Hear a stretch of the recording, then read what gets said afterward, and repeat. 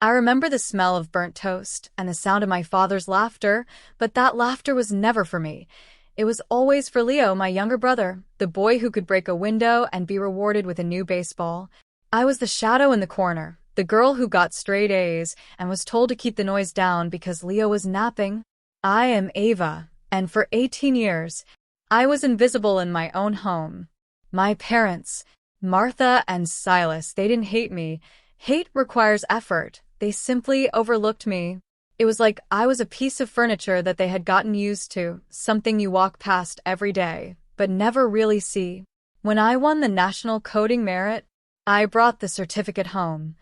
My heart was pounding against my ribs like a trapped bird. I thought, maybe today is the day. Maybe today they will look at me and say, well done. My father didn't even look up from Leo's coloring book.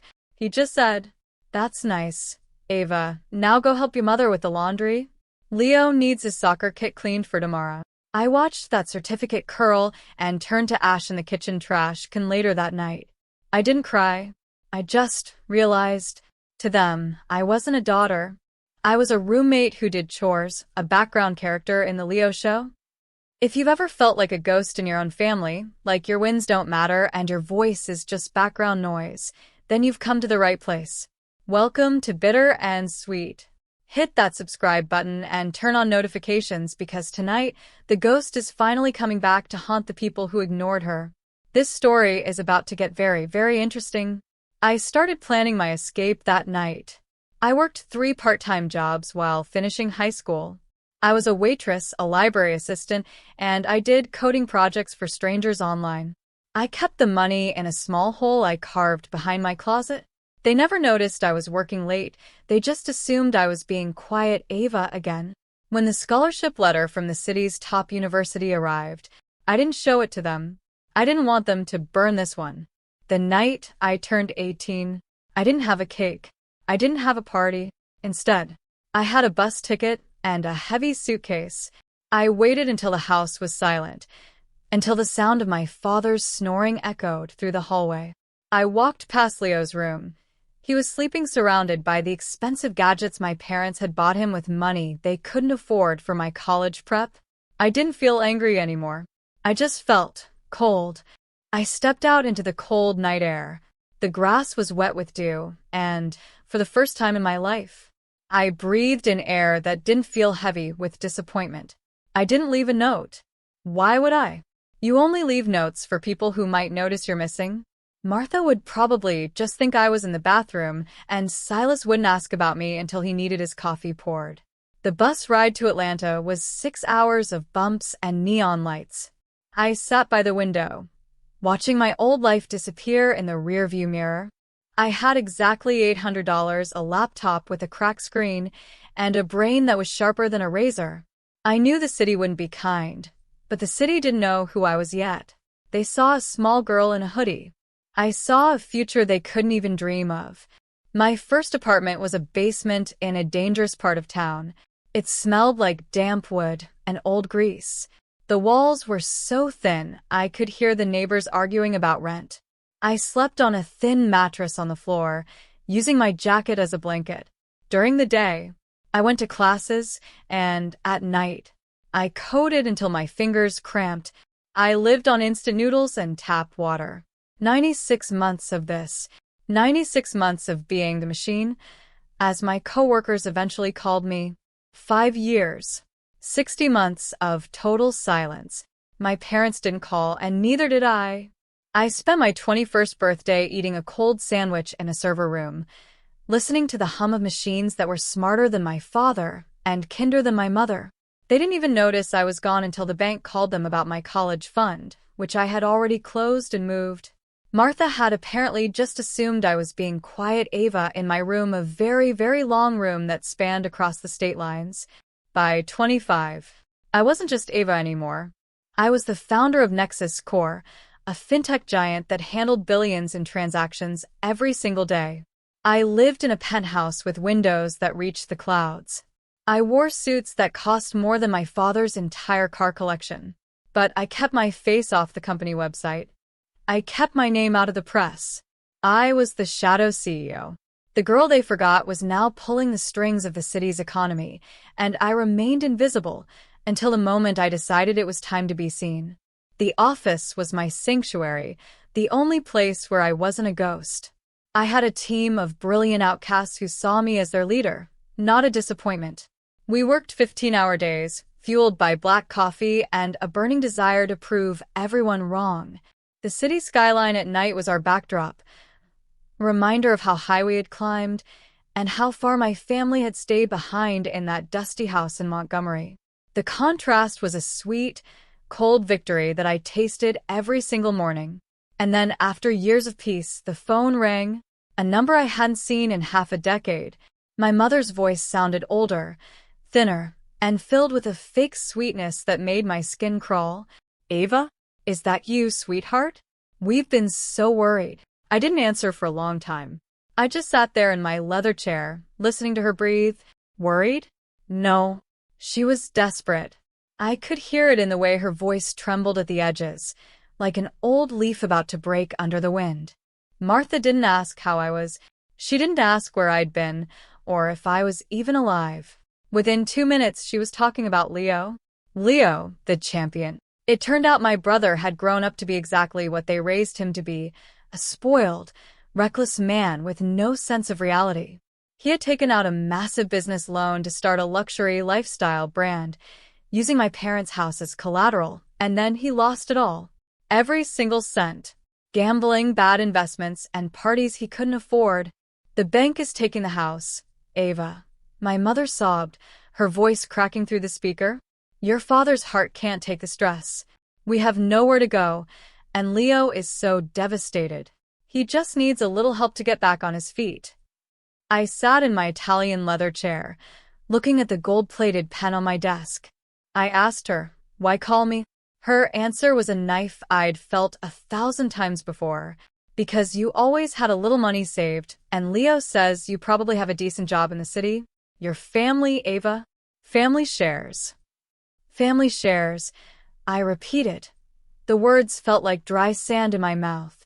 I leaned back in my chair, watching the city lights flicker through the floor-to-ceiling glass. I remembered the red Mustang they bought Leo with my college savings. I remembered the empty envelopes in my dorm room. I didn't tell her that I already knew about their debt. I didn't tell her that the bank holding their mortgage was a subsidiary of my company. I owned their roof, and I owned their future. I told my mother I would think about it, but I gave her a condition. I told her that if I was going to help, I needed to see the whole family in the city. I told her my manager needed to interview them to see if they were worth the investment. She agreed, so fast I could almost hear her smiling through the phone. She thought she had won. She thought Quiet Ava was finally being a good girl and would hand over her hard-earned life to save the boy who never worked a day in his life. I called my assistant, Sarah. I told her to clear my schedule for Friday morning. I told her we were having a very special meeting in boardroom A, the one with the heavy oak table and the panoramic view of the skyline. I wanted them to feel small. I wanted them to feel the weight of the world I had built while they were busy praising their champion. The ghost was finally inviting them into her world, but it wasn't for a reunion, it was for a reckoning. I spent the rest of the night reviewing the foreclosure files. Every signature from Silas was shaky. Every loan document Leo had signed was a lie. He had inflated his income. He had forged documents. He was a criminal in a designer suit, and my parents had cheered him on while he dug their grave. I closed the file and felt a cold, hard peace. Tomorrow, they would find out exactly who I had become. Friday morning arrived with a heavy, gray, misty sky, the kind of weather that makes everything look like an old photograph. I arrived at the office at 6 a.m., 3 hours before they were scheduled to show up. I spent that time sitting in the dark, watching the security monitors in the basement, waiting for that dusty, 10-year-old sedan to pull into my world. When it finally did, it looked like a toy car parked among rows of sleek, black armored SUVs. My parents stepped out, looking like they were dressed for a funeral they hadn't been invited to. Silas was wearing his only suit, the one he wore to weddings and graduations, but it was now 3 sizes too big for his shrinking frame. Martha was clutching her imitation leather purse, so tight her knuckles were white. And then there was Leo, my champion brother. He was wearing a flashy watch and a shirt that cost more than my parents' monthly groceries. He still had that look. The look of someone who thinks the world owes him a favor. They enter the lobby, their shoes squeaking on the polished white marble like a warning. I watched them through the 4K security feed from the 50th floor. I saw the way the receptionist looked at them. With polite, professional pity, they looked so out of place, like they had accidentally walked onto the set of a movie about a future they weren't part of. Leo tried to flirt with the girl at the desk, trying to use the charm that had worked for him in our small town, but she didn't even blink. She just pointed toward the elevators. They were told to wait. I let them sit in the lobby for 45 minutes. I wanted the cold, corporate air to sink into their bones. I wanted them to look at the people walking by, people half Leo's age, who were actually building things, earning things. I saw Silas check his watch every 2 minutes. I saw Martha wipe a tear from her eye. And I saw Leo getting more and more frustrated, kicking the leg of the designer chair like the child he still was. Finally, the elevator chimed.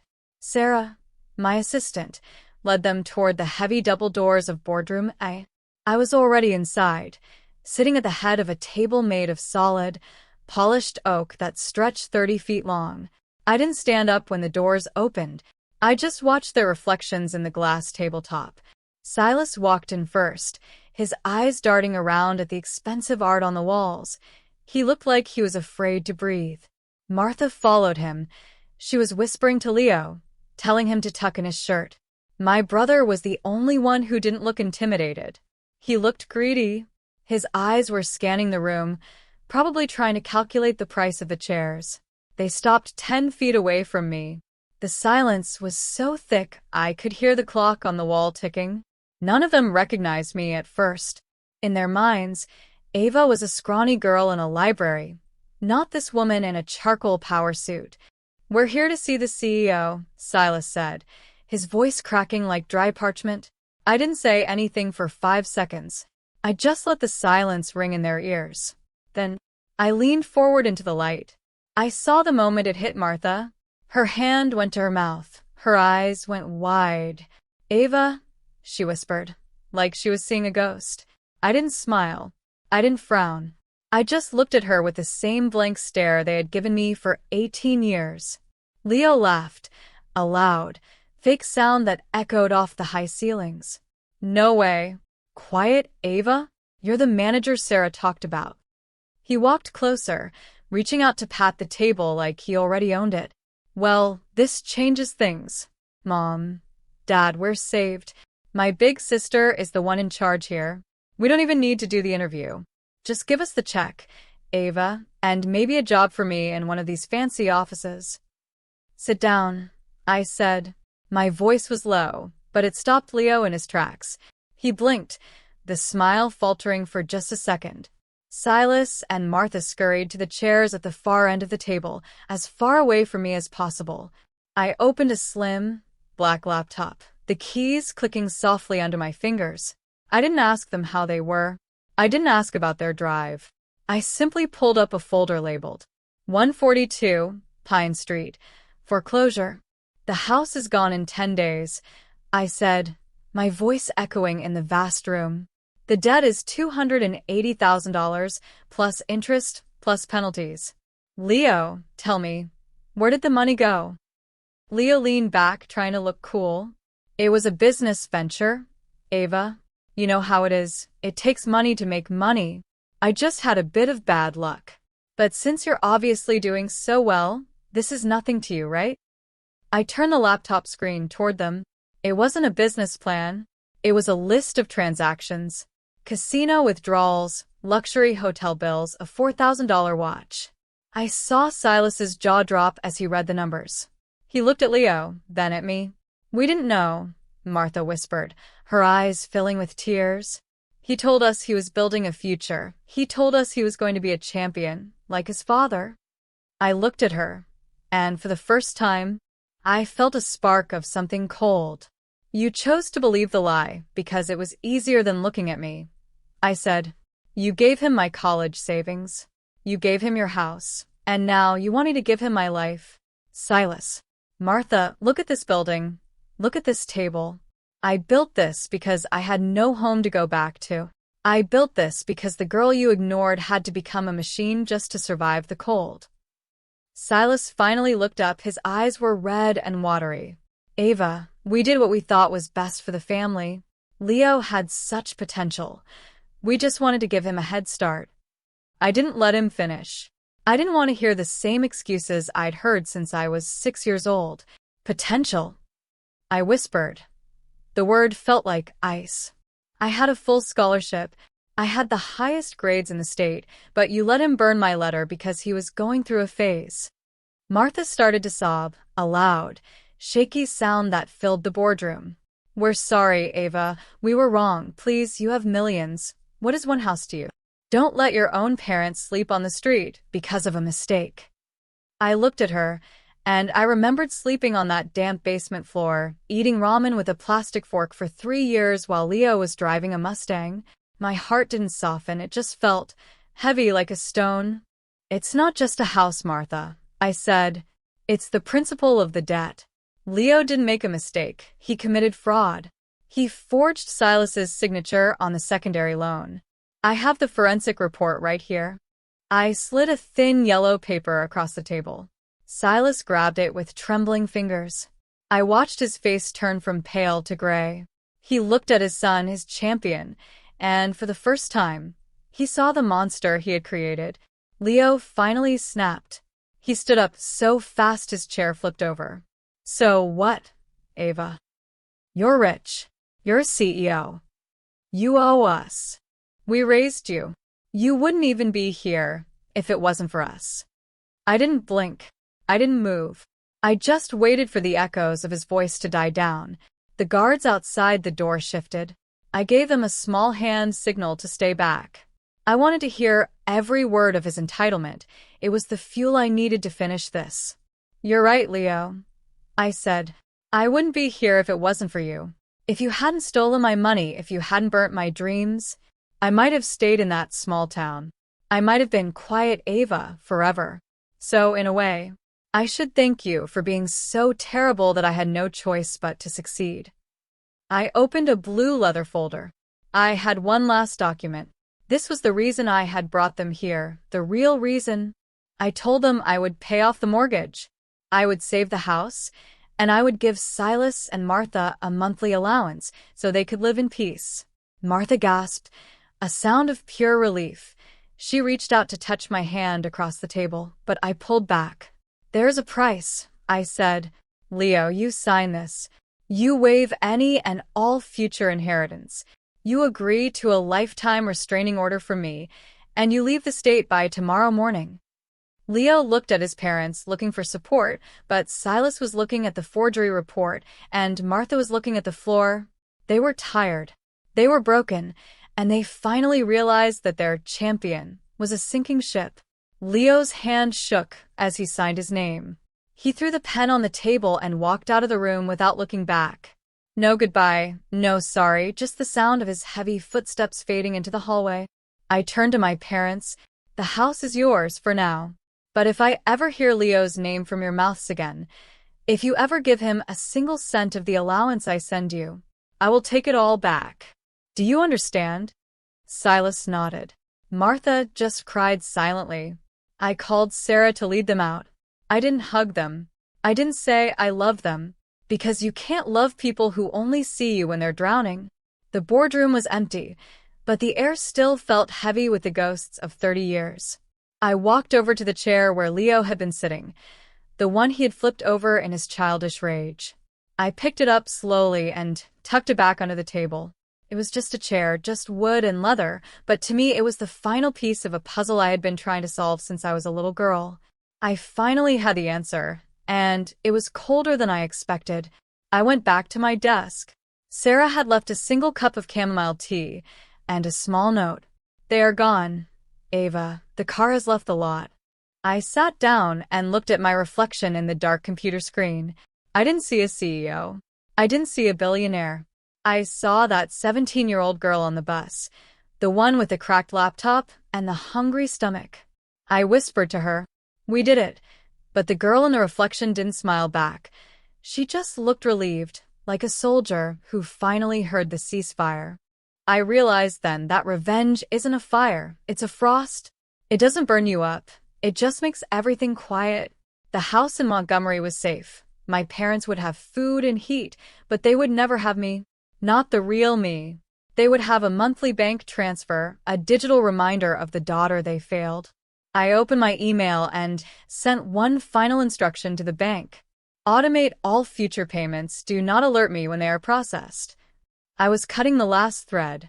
6 months later, the world kept spinning. Leo was somewhere in another state, working a job he hated, probably telling anyone who would listen that his sister stole his life. I didn't care. My parents sent a letter every few weeks. "Thank you for the money. Ava, we miss you."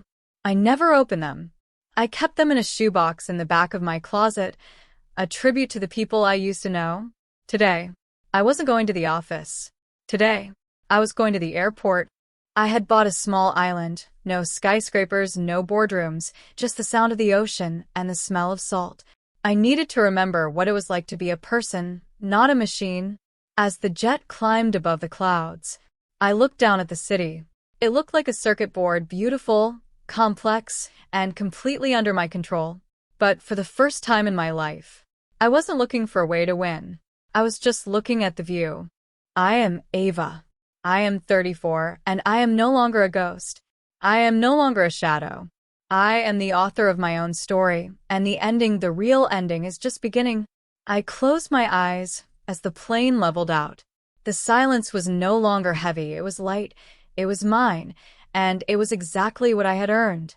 Every cent, every tear, every lonely night, it was all worth this one moment of pure, absolute freedom. The story of the forgotten daughter ends here, but the lessons remain. Never let anyone define your worth, especially not the people who are supposed to love you most. Thank you for spending this hour with me on Bitter and Sweet. If you found strength in Ava's journey, share the story with someone who needs to hear it. Don't forget to subscribe and join our community of survivors. I'm Ava, and this has been Bitter and Sweet. Stay strong, stay independent, and I'll see you in the next story.